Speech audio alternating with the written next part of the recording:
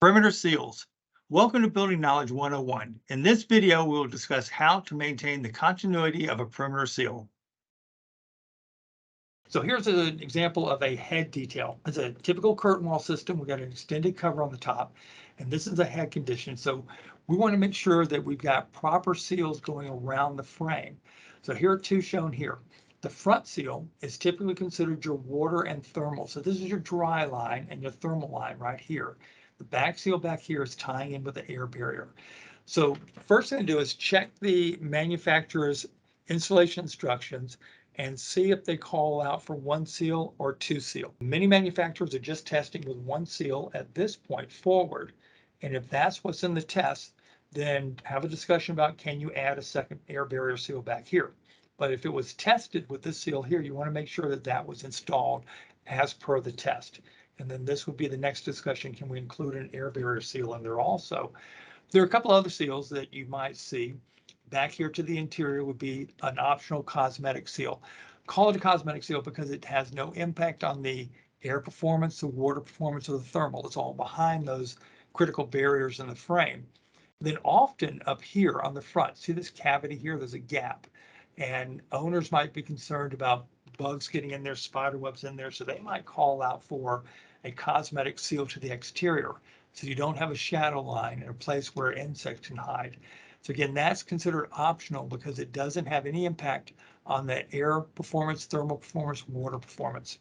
Now, as we follow from the head to the jambs, we want to make sure that those seals run continuously as one continuous line all the way around. So notice our air barrier seal is at this location, same location as it was on the head. So those are continuous and tied together. Same with our water and thermal barrier. It's a continuous seal here, and it runs and connects to and ties into the seal at the head. So it's continuous. There's no gaps in that seal. Then your cosmetic seals can be run here. You can run a cosmetic seal at the front at this location. You can run that on the head and the jamb. We're going to look at the sill in just a minute because we want to be careful not to include that at the sill. Now here's the sill condition, and you can see I've got the primary seals called out. So here's your thermal and water seal here and the air seal here. So these are required. They're in the same plane that we saw along the head and down the jambs. Your optional cosmetic seal can be here, but out here at the front, we don't want to see the cosmetic seal here. And the reason for that is curtain wall systems are designed to weep water from each lighted glass. So you can see there's weep holes here in the pressure plate and weep holes here in the cover. So when water enters the system, it's designed to weep out of the system through those holes. So we want to make sure that this is not blocked, that the system has the means of escaping. Water can get out of the system, so we don't want to block that. I want to point out here, as I mentioned, the thermal barrier in the frame. So this is the thermal line in the curtain wall system through the insulated glass unit, through your thermal break in the frames, and on through the gasket at the perimeter pressure plate, and then tied in with your perimeter seal. So that's your thermal barrier there. Your air barrier is back here, but it runs consistent all the way through the frames. Now, as an architect, what you want to be certain of is that the critical barriers in this curtain wall line up with the same barriers in the surrounding wall condition. So they all work together and they're working with each other to protect the building envelope.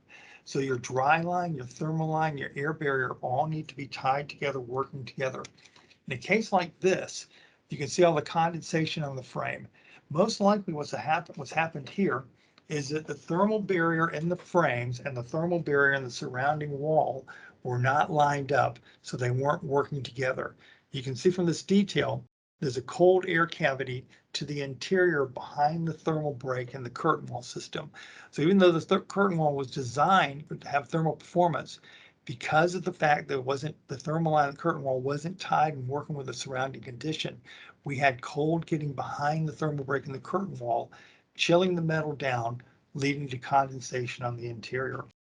That is all we have time for in this video. If you'd like to watch more of our 101 video series, subscribe to our YouTube channel, Kawneer Company, Inc.